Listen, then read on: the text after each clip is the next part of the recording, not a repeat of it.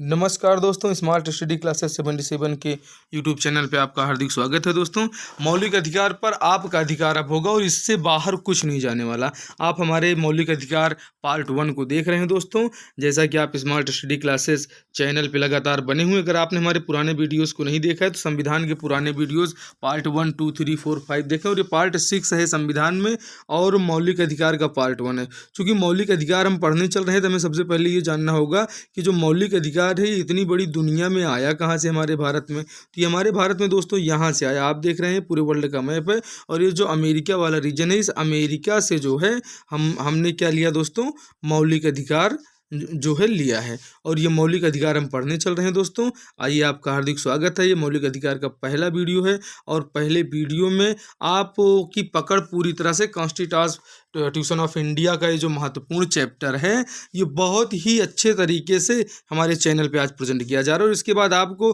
Constitution में मौलिक अधिकारों में बाहर नहीं जाना है। आइए देखें आज का पहला प्रश्न दोस्तों, कि अधिकार पत्र बिल ऑफ राइट्स का उल्लेख निम्न में से किस देश के संविधान में है। ये बहुत ही प्यारा क्वेश्चन है। क्योंकि दोस्तों हम लोग मौलिक अधिकार पढ़ रहे हैं तो सबसे पहले जाने कि मौलिक अधिकार है क्या आखिर में। दोस्तों, ये मौलिक अधिकार जो है ये एक्चुअल में बिल ऑफ राइट्स का हिंदी वर्जन है।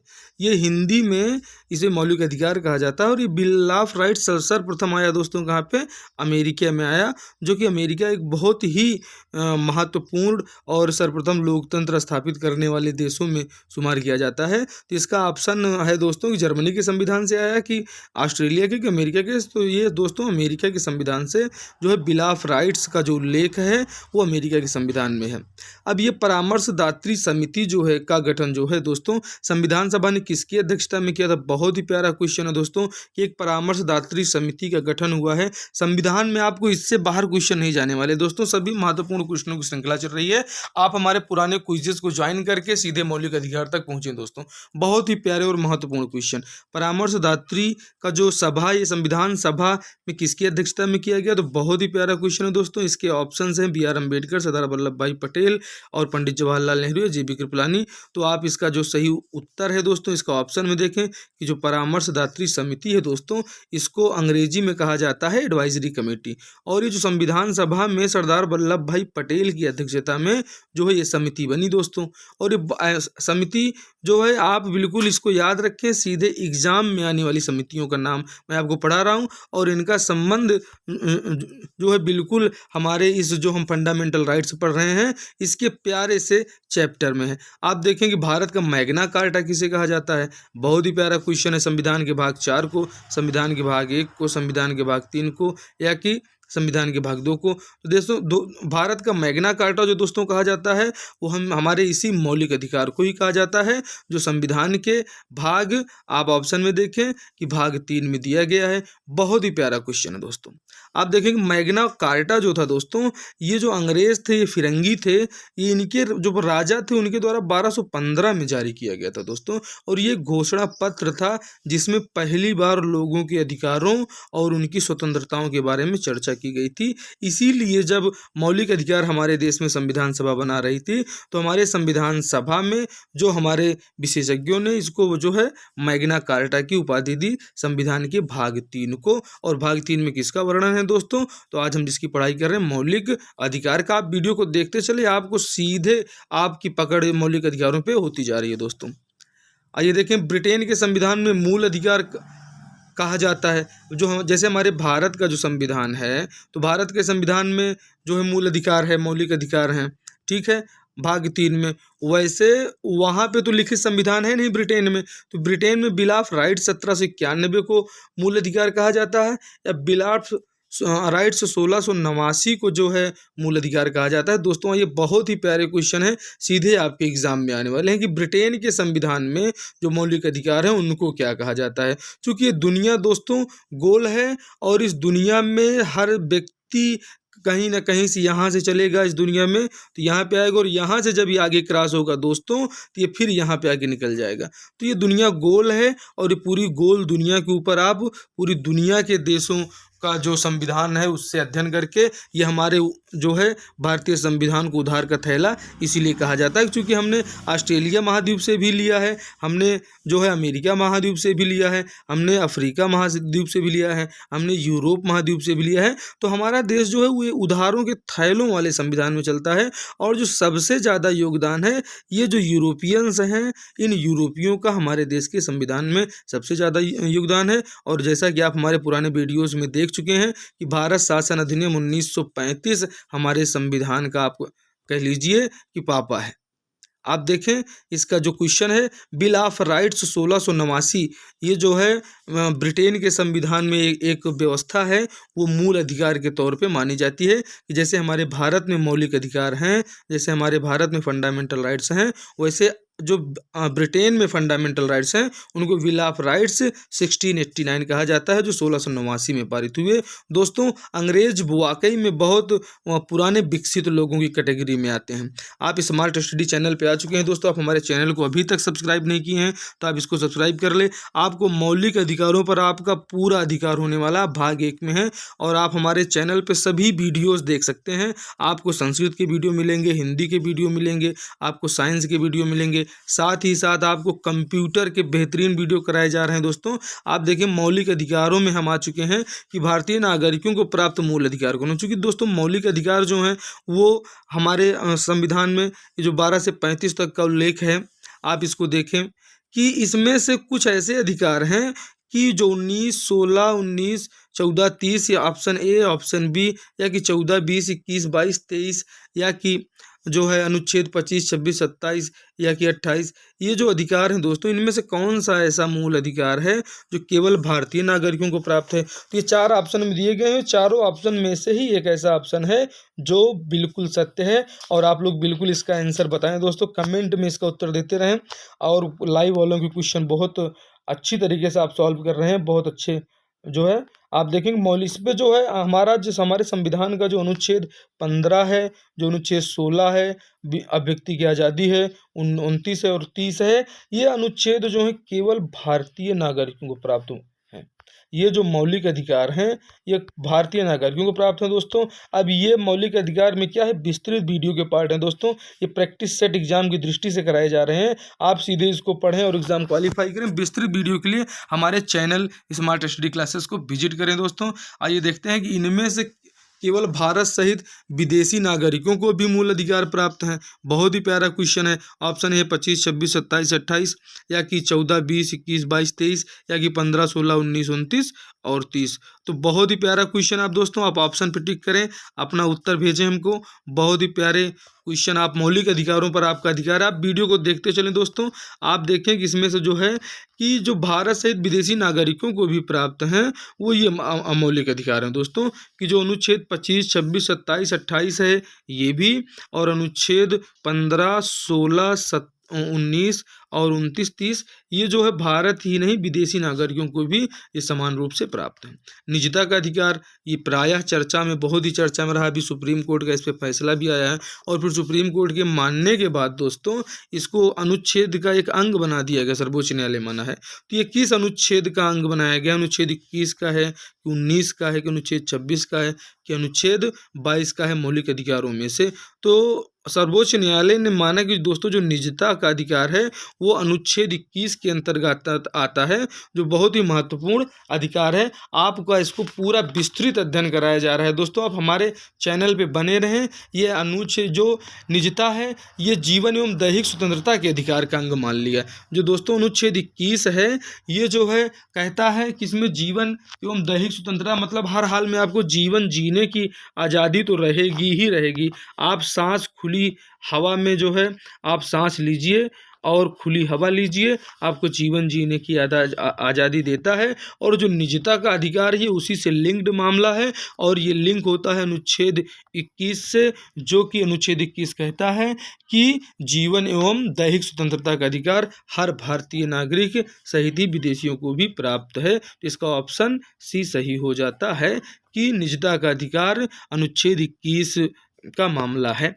अब अगला प्रश्न देखें दोस्तों कि भारतीय संविधान के तहत नागरिकता त्याग कर दूसरे देश की नागरिकता ली जा सकती है। क्या मौलिक अधिकार का त्याग करके भारत में कोई व्यक्ति अपनी इच्छा से मौलिक अधिकारों का त्याग कर सकता है क्या दोस्तों? जैसे हमारे संविधान में व्यवस्था है कि भाई अगर हम ब्रिटेन में रह रहे हैं तो अगर हमने वहाँ की नागरिकता ले ली तो हमारे भारत की नागरिकता, जो हमारे इंडिया की नागरिकता है, ये समाप्त हो जाएगी।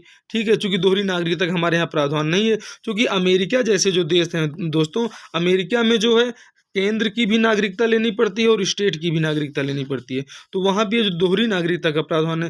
लेकिन हमारे इंडिया में जो है एकल नागरिकता का प्रावधान है। और साथ ही अब मौलिक अधिकार कोई आप चाहें कि त्याग सकते हैं, तो इसका सही आंसर है दोस्तों, आप मौलिक अधिकारों को त्याग नहीं सकते।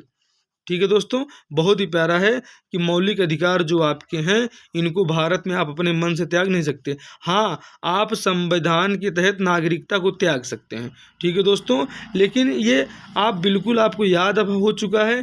और आप देखें कि भारतीय संविधान में क्यों नहीं दिया गया है कि भाई अगर कोई व्यक्ति चाहे कि हमें अपनी नागरिकता या कि हमें अपने मौलिक अधिकार को छोड़ना है, कि जैसे हम नागरिकता को त्याग देते हैं, क्या वैसे हम भारत में रह के मौलिक अधिकारों का भी त्याग कर सकते हैं क्या?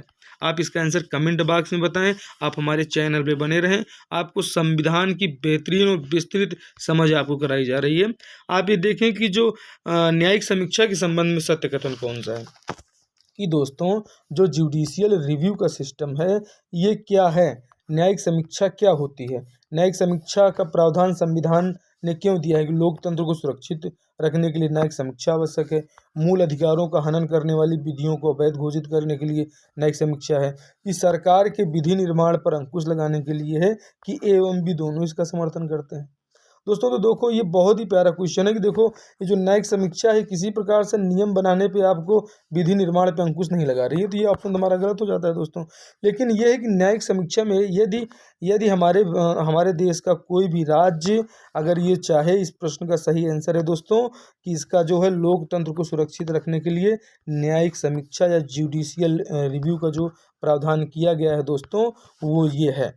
और ये है कि अगर मौलिक अधिकार जो हमारे मूल अधिकार दिए गए हैं, ऐसी राज्य सरकारें अगर कोई नियम कानून बनाती हैं जो हमारे फंडामेंटल राइट्स का हनन करें, तो उसको जुडिशियल रिव्यू में उसको लिया जा सकता है और उसको मूल अधिकार को हनन करने वाली विधियों को समाप्त कर दिया जा सकता है। और अगर यदि इसको समाप्त किया जाएगा तो ये लोकतंत्र को सुरक्षित रखने के लिए जुडिशियल रिव्यू बहुत ही आवश्यक है।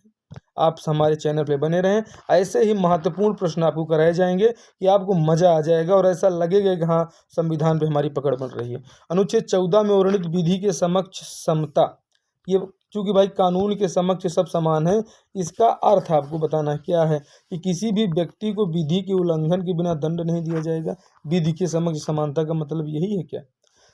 क्या विधि के समक्ष समानता का मतलब है कानून सर्वोपरि है और वह सभी लोगों के ऊपर एक समान रूप से लागू होगा, या कि सरकार के विधि निर्माण पर अंकुश। तो ये जो विधि के समक्ष जो समानता का जो प्रावधान है दोस्तों, इसका जो आंसर हो जाएगा, इसका सही आंसर हो जाएगा कि किसी भी व्यक्ति को विधि विरुद्ध जो है आप बिना विधि की उसको अगर उसने उल्लंघन नहीं किया है तो आप उसको फर्जी दंड नहीं दे सकते। ये अनुच्छेद 14 हमारा कहता है, ये कहता है कि भाई कानून के समक्ष सभी समान है। और चूँकि कानून सबसे बड़ा है, हमारे देश में सबसे बड़ी एक पुस्तक है जिसका नाम है संविधान, और उसके बाद जनता जो है उस संविधान ने, इस किताब ने इस जनता को सर्वोच्च बनाया जो लोकतंत्र में, आज भारतीय लोकतंत्र में जकड़ी हुई है। आप देखें इसका सही आंसर है कि जो है विधि के समक्ष समानता का जो अर्थ है, उसका अर्थ है भाई कानून समान है और सभी लोगों पर एक समान लागू होगा। लेकिन क्या व्यवहार में ऐसा है, इसको आप कमेंट में लिख के बताएं। क्या आप अपने थाने में ऐसा देखते हैं? क्या आप अपने न्यायालय में ऐसा देखते हैं? क्या आप अपने राज्य में ऐसा देखते हैं कि कानून सबके लिए समान है? क्या आप अपने स्टेट में या कि क्या आप अमीर लोग और गरीब लोगों के लिए पुलिस का बिहेव जो कानून का पालन करवाने के लिए है, उसका बिहेव आप सामान्य देखते हैं? क्या उसका बिहेव सामान्य है? आप देखें कि कानून सर्वोपरि तो है और सभी लोगों के ऊपर एक समान लागू होता है, लेकिन जिसकी लाठी उसकी भैंस भी किन्हीं किन्हीं राज्यों में, ये बहुत सारी घटनाएं इसको साबित भी करती हैं। आप देखें अनुच्छेद 15 क्या है दोस्तों, बहुत ही प्यारे क्वेश्चन की सीरीज चल रही है। अनुच्छेद 15 का क्या प्रावधान करता है? ये कहता है कि भाई अस्पृश्यता का अंत होगा। तो ये तो बिल्कुल हमारे व्यूअर्स जो हमारे चैनल पे बने हुए वो जानते हैं कि अनुच्छेद 17 में इसका है कि भाई अस्पृश्यता का अंत, तो 17 में है, इसमें तो ऐसी कोई बात है नहीं। 15 में जो है लोक नियोजन में समान का अवसर है कि धर्म, मूल, जाति, जन्म भेदभाव का आधार नहीं, बाकी इसके आधार पर भेदभाव नहीं किया जाएगा, या कि विधि के समक्ष सभी समान है। इसमें से आंसर क्या है दोस्तों कि अनुच्छेद 15 क्या प्रावधानित करता है? तो इसका सही आंसर है दोस्तों हमारे संविधान का मौलिक अधिकार अनुच्छेद 15 ये कहता है कि भाई कि कोई व्यक्ति धर्म, मूल, जाति, जन्म स्थान के नाम पर भेदभाव नहीं किया जाएगा। क्योंकि ये जो हमारा प्यारा सा भारत देश है दोस्तों, ये बहुत सी प्रकार की कुरीतियों में झगड़ा हुआ था। यहाँ पे दोस्तों बहुत ही प्रकार की वर्ण व्यवस्था थी। इस वर्ण व्यवस्था में दोस्तों धर्म के नाम पर लोगों को पानी तक जो है एक कुएं का हर व्यक्ति नहीं पी सकता था। हर व्यक्ति, एक व्यक्ति अगर किसी जाति का है तो दूसरे जाति को वर्ण व्यवस्था के नाम पे वो ऊंचा नीचा समझता था। इसलिए जो हमारे संविधान में इसको मौलिक अधिकार हमारे संविधान सभा द्वारा बनाया गया कि भाई देखिए अब जो है हमारा अनुच्छेद 15 ये कहता है दोस्तों कि कोई भी व्यक्ति के साथ, चूंकि तत्कालीन भारत में जब हमारे संविधान का निर्माण हो रहा था तो इस प्रकार की जो अस्पृश्यता का भेदभाव है, जन्म स्थान का कि नहीं भाई हम वाराणसी के हैं तो हम बहुत महान हैं, और अगर हम जो है महाराष्ट्र के हैं तो हम महान नहीं हैं, या कि हम यूपी के हैं तो अच्छे अयोध्या के हैं तो महान हैं, और हम जो है अगर कन्नौज के हैं तो हम महान नहीं हैं। इस प्रकार से जन्म स्थान या जाति, मूल वंश, आपका वंश, आप जो है महाराज अशोक के ज़माने के हैं, अशोक के वंश के हैं, आप जो है गांधीवादी परिवार के लोग हैं, या कि आप अडानी अंबानी के परिवार के लोग हैं, और इस स्थान पर भी जो आपका जो मूल वंश है, मूल वंश के नाम पर भी किसी प्रकार का भेदभाव वर्जित किया गया है। चूँकि अंग्रेज लोग उस समय भारत में इस प्रकार की व्यवस्था बना के रखे थे कि भेदभाव तो हमारे देश में दोस्तों होता ही था। बहुत ही प्यारे वीडियो हैं, आप हमारे वीडियो पे बने रहें। तो इसका सही आंसर बताएं दोस्तों। सही आंसर क्या है कि धर्म, मूल, वंश, जाति, जन्म स्थान के नाम पर कोई भेदभाव नहीं करेगा। क्योंकि जो जितने भी कुआं हैं, जितने भी सार्वजनिक तालाब हैं, जो भी मंदिर हैं, जो भी सार्वजनिक उपयोग वाली चीज़ें हैं, वहाँ पे आप किसी को मना नहीं कर सकते। और अनुच्छेद 15 यही कहता है कि भाई धर्म, मूल, वंश, जाति, जन्म स्थान के नाम पर भेदभाव नहीं होगा। निम्न में से कानून के सभी समक्ष जो है सभी समान होने के मौलिक अधिकार के अपवाद माने जाते हैं। हमारा भारत का जो संविधान ये कहता है कि भाई कानून के समक्ष सभी तो समान हैं, लेकिन यही संविधान में कुछ अपवाद भी दिए गए हैं कि सभी समान तो हैं, लेकिन जो विदेशी राजदूत हैं और दूत हैं वो कानून के समक्ष समान नहीं है भैया, उनके लिए अलग कानून है। जो राष्ट्रपति हैं, जो राज्यपाल हैं, इनके लिए कानून सामान्य नहीं है। जो संसद या विधानमंडल के सदस्य हैं, इनके लिए कानून सामान्य नहीं है। चूँकि अगर ये दोनों के सदस्य हैं, ये अगर संसद में या विधानमंडल में कुछ ऐसे वक्तव्य देते हैं तो उस पर आप कोई संज्ञान या उल्टा सीधा नहीं कर सकते हैं कि आप उस पर जो IT एक्ट की धारा लगा दें। आप देखें इसमें निम्न में से ये सभी जो है समान है। आप देखेंगे मौलिक अधिकार में जो समानता होने के, कानून के समक्ष समानता भी है, लेकिन समानता होने के साथ साथ भी कुछ अपवाद भी रखे गए हैं कि विदेशी राजदूत, राष्ट्रपति और राज्यपाल, संसद या विधानमंडल के सदस्य। मतलब आप ये देखें कि जितने भी नेता हैं और जितने भी मंत्री हैं, ठीक है, जो वर्तमान में कार्यपालिका में बने हुए हैं, वो बिल्कुल उनके लिए कानून समान नहीं है। ये संविधान सभा में इसी प्यारे से जो हमारा भारत है, इस पूरे वर्ल्ड में के मैप में आपको दिख रहा है, इसमें ऐसी व्यवस्था जनरेट की गई है। इस हमारे देश में इतनी पॉलिटिक्स की गई है कि हर चीज़ के साथ आपको पॉलिटिक्स मिलेगी। हर नियम कानून में आपको राजनीति के तत्व देखने को मिल जाएंगे। यही हमारा प्यारा भारत, और ये विविधता में इसी को तो एकता कहा जाता है कि इतनी विविधता होने के बाद भी आज हमारा देश एक है और ये एकता बनी हुई है। लेकिन ये दोस्तों एकता मात्र कहने के नाम पर बनी हुई है।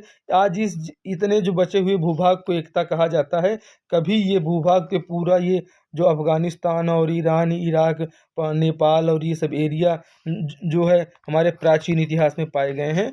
दोस्तों आप देखें कि ये देश हमारा, ये जो भूभाग है, ये भूभाग बहुत ही महत्वपूर्ण है और इसी भूभाग में कितनी बार बहुत प्रकार के परिवर्तन आते रहे हैं दोस्तों। इसी भूभाग पर, इसी यूरोप में से कभी ब्रिटिश आके यहाँ कब्जा करेंगे, कभी पुर्तगाली आके यहाँ से कब्जा करेंगे, कभी डच आके इस पे कब्जा कर लेते हैं, कभी यहीं पे, यहीं बगल से आपकी ये भारत है, हमारा प्यारा भारत, भारत के बगल में ये अरब वो वाला रीजन है, ईरान इराक वाला एरिया है, इस एरिया से आके मुसलमान हमारे देश पर हावी हो जाते हैं।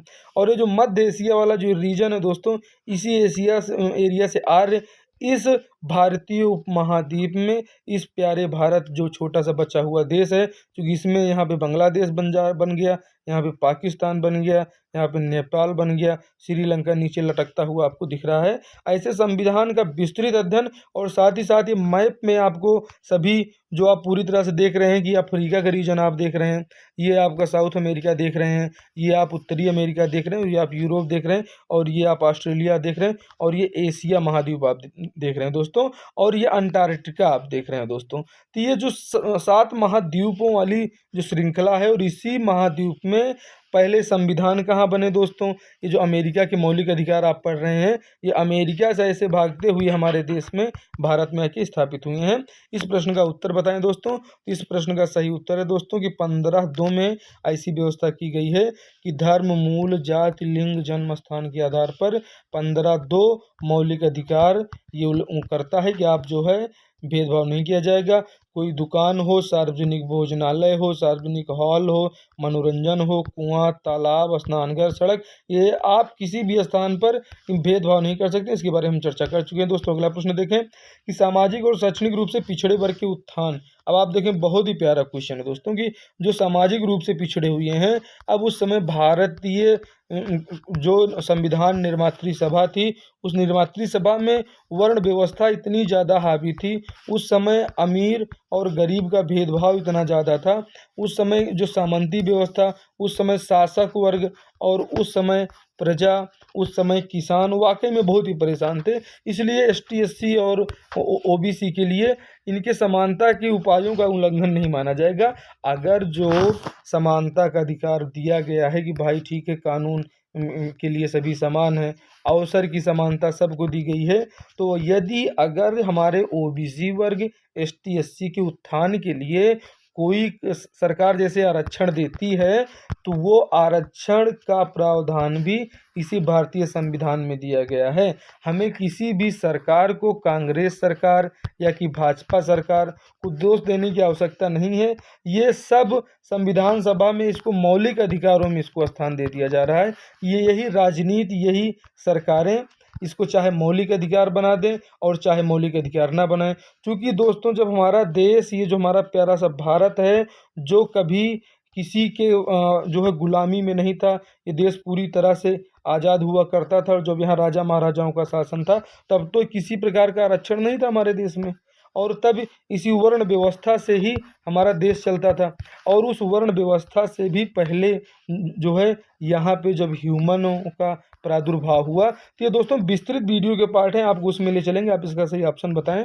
आप देखें कि इसके उत्थान के लिए यदि कोई ऐसा नियम बनाया जाता है तो उसका उल्लंघन नहीं माना जाएगा। इसका है कि संविधान का अनुच्छेद 15(4) जो कि मूल संविधान में नहीं था दोस्तों, ये मूल संविधान में जो मौलिक अधिकार में 15(4) का उल्लेख नहीं था भाई कि अगर चूँकि उस समय तो मौलिक अधिकार बना दिए गए थे, और जब मौलिक अधिकार बनाए गए थे तब उनको ये नहीं पता चला था कि जब हम अवसर की समानता दे रहे हैं तो इन वर्गों के उत्थान के लिए संविधान सभा में ऐसा कुछ नहीं था। आप देखें दोस्तों, 15(4) में इसको प्रथम फर्स्ट कॉन्स्टिट्यूशन अमेंडमेंट 1951 में इसको जोड़ा गया। 26 जनवरी 1950 को लागू होने वाले भारतीय संविधान में पहला संविधान संशोधन कब किया गया? तो इसका ऑप्शन सही है डी, 1951 में ही पहला संविधान संशोधन हुआ। संविधान संशोधन होने के लिए तो लगातार संविधान संशोधन होते ही रहे हैं भारतीय संविधान में। अब 26 जनवरी 1950 को जो हमारा संविधान लागू हुआ, इसका पहला जो संविधान संशोधन था ये जो है 1951 में हो गया था। और वो संविधान संशोधन क्या था दोस्तों? वो संविधान संशोधन के बारे में आपसे इसमें पूछा जा रहा है। अगला प्रश्न आप देखें कि पहला संविधान संशोधन जो हमारे संविधान सभा ने बनाया था, देश आज़ाद होने के बाद जो हमारा देश इन अंग्रेज़ों की, इन यूरोप वासियों की अधीनता में था, ये यूरोप वासी जो यहाँ से आके धीरे धीरे एक एक करके आए, हमारे देश को गुलाम बना के ये बनियों के देश ने इस हमारे सोने की चिड़िया को जो गुलाम बनाया। इसको देखें आप दोस्तों कि पहले संविधान संशोधन कि जैसे ही जो है हमारा देश तैयार हुआ और हुआ तो 1951 में ही पहला राजनीतिक संशोधन आदरणीय पंडित जवाहरलाल नेहरू की सरकार ने किया, और सरकार ने इसमें भी राजनीति की, और उस राजनीति के तहत उन्होंने क्या किया कि संविधान में अनुच्छेद 15(4) को जोड़ा कि भाई SC ST और जो OBC के लोग हैं इनको अगर समाज में हमें ऊंचे दर्जे पर ले जाना है, समाज में अगर इनको हमें ऊंचाई पर ले जाना है तो इनके हम आरक्षण की व्यवस्था करते हैं, और उसको मौलिक अधिकार के 15(4) में जोड़ दिया नेहरू जी ने 1951 में। साथ ही जैसे ही जब तक हमारा देश अंग्रेजों की जो है जंजीर में जकड़ा हुआ था, तो यही पंडित जवाहरलाल नेहरू और हमारी संविधान सभा और प्रथम मंत्रिमंडल के लोग जो 1951 में ये संविधान संशोधन पहला किए थे, ये गुलामी के दौरान अभिव्यक्ति की आज़ादी मांग रहे थे, और इन्होंने सबसे पहला संविधान संशोधन विचार अभिव्यक्ति की जो आज़ादी थी इस पे पाबंदी लगाने का काम किया दोस्तों। पहले ही संविधान संशोधन में पंडित जवाहरलाल नेहरू की सरकार ने पहला संविधान संशोधन करके विचार अभिव्यक्ति की आज़ादी पे 3 आयाम जोड़े थे। वो विस्तृत वीडियो का पार्ट है, वो आप देखें, और 9वीं अनुसूची भी जोड़ी गई थी। आप देखें ये बहुत ही महत्वपूर्ण वीडियो है, ये विस्तृत वीडियो का पार्ट है दोस्तों। आप विस्तृत वीडियो में आपको पूरी तरह समझाऊंगा। आइए अगले वीडियो में देखते हैं। आप हमारे चैनल पे बने रहें। अभी तक अगर आपने सब्सक्राइब नहीं किया चैनल को सब्सक्राइब कर लें। आपको बिल्कुल पूरा इतिहास और ये संविधान जोड़ के आपको पढ़ा रहा हूँ दोस्तों। ये संविधान आपको पूरी तरह से याद होते चल रहा है। आप अगला प्रश्न देखें। अब आपको पता चल गया है दोस्तों कि पहले संविधान संशोधन में वर्ष कब हुआ, 1951 में हुआ, और इसमें प्रधानमंत्री थे पंडित जवाहरलाल नेहरू, और उन्होंने क्या क्या किया, वही किया जो अंग्रेजों के लिए, चूँकि जब तक आपको सरकार या शासन करने का अनुभव नहीं होता, और उस समय एक वकील और एक स्वतंत्रता आंदोलनकारी के बाद सीधे इन अंग्रेजों ने सेकेंड वर्ल्ड वार जो 1945 में ख़त्म होने वाला था, उसके प्रेशर में आके भारत को उन्होंने आज़ाद कर दिया।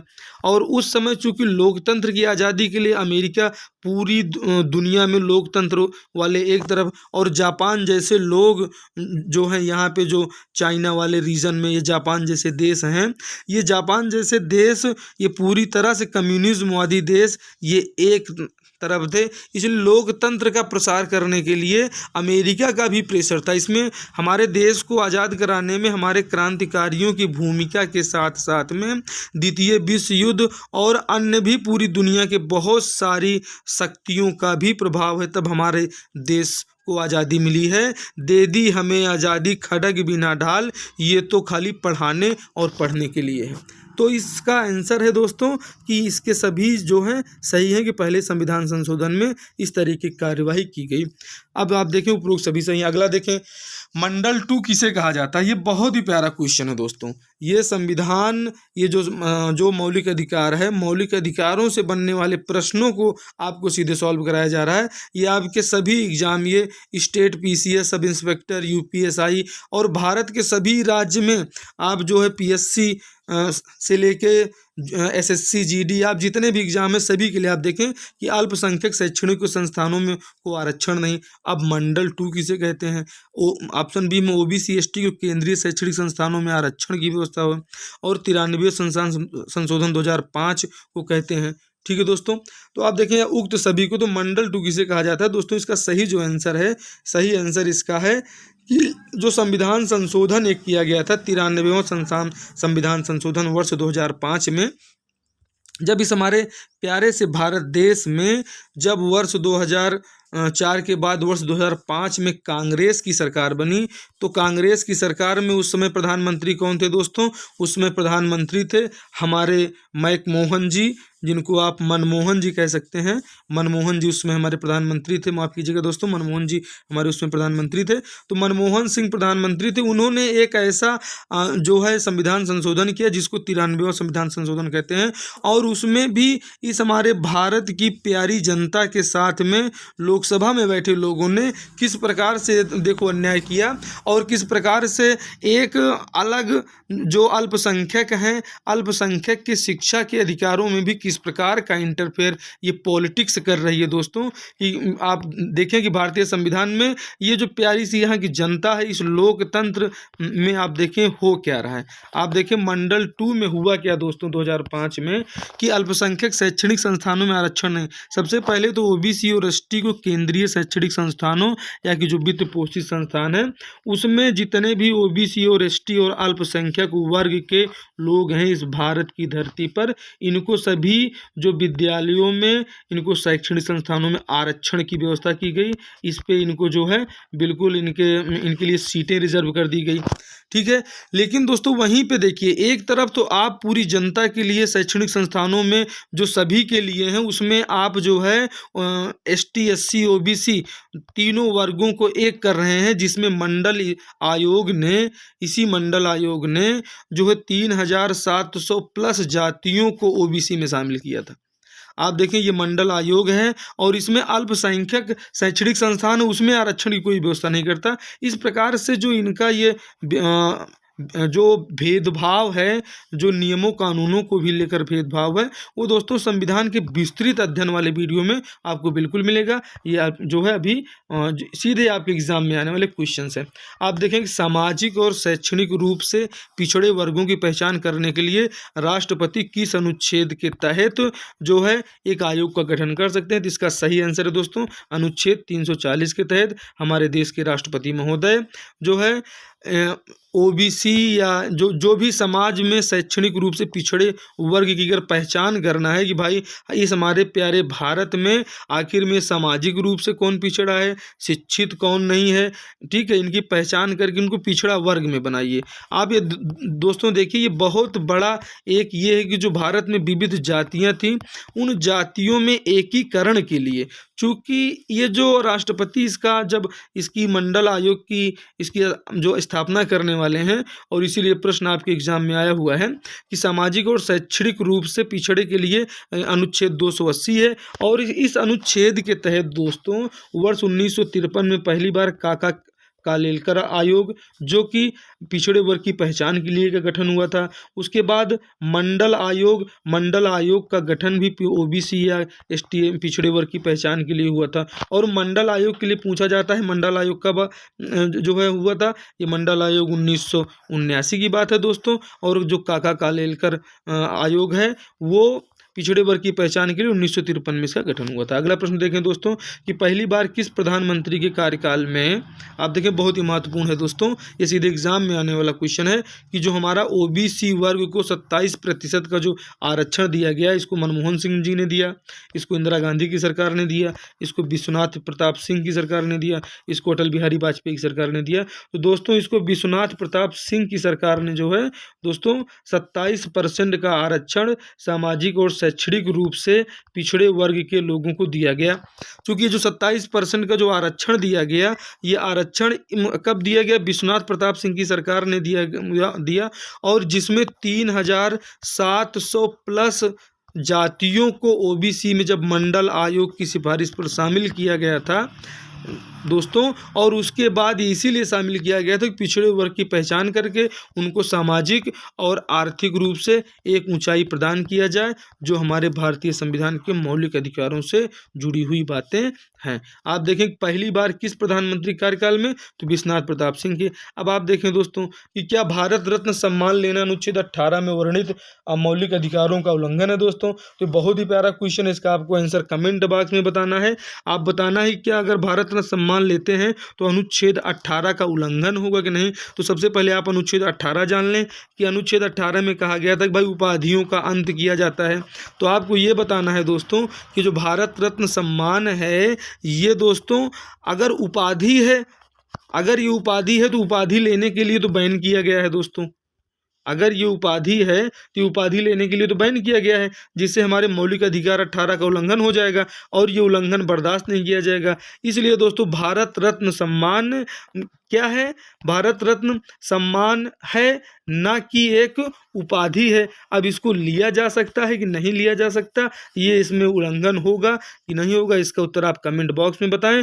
हमारे चैनल पे आप लगातार बने रहें दोस्तों, और हमारी जो क्लासेस आपको कैसी लग रही हैं बिल्कुल आप इसको बताएं। आपको मौलिक अधिकार के पार्ट 2 में मिलते हैं। मौलिक अधिकार हमारे संविधान का रीढ़ है दोस्तों, क्योंकि पूरे देश के जितने भी राज्य हैं, इन राज्यों में जो भी विधि बनेगी इन मौलिक अधिकारों का हनन नहीं कर सकती। तो ये एक ऐसा वीडियो है दोस्तों जो मौलिक अधिकार का वीडियो है, और ये मौलिक अधिकार के वीडियो आपको इसमें विस्तृत अध्ययन कराए गए हैं, आपको पूरा आनंद आ जाएगा। और ऐसे क्वेश्चन आप एग्जाम में आ रहे हैं जो बिल्कुल आप इसी क्लास से पढ़ के निकल रहे हैं। एग्ज़ाम हॉल में जाने से पहले हमारी क्लासेस को एक बार ज़रूर देखें। Thanks for watching. जय हिंद, जय भारत।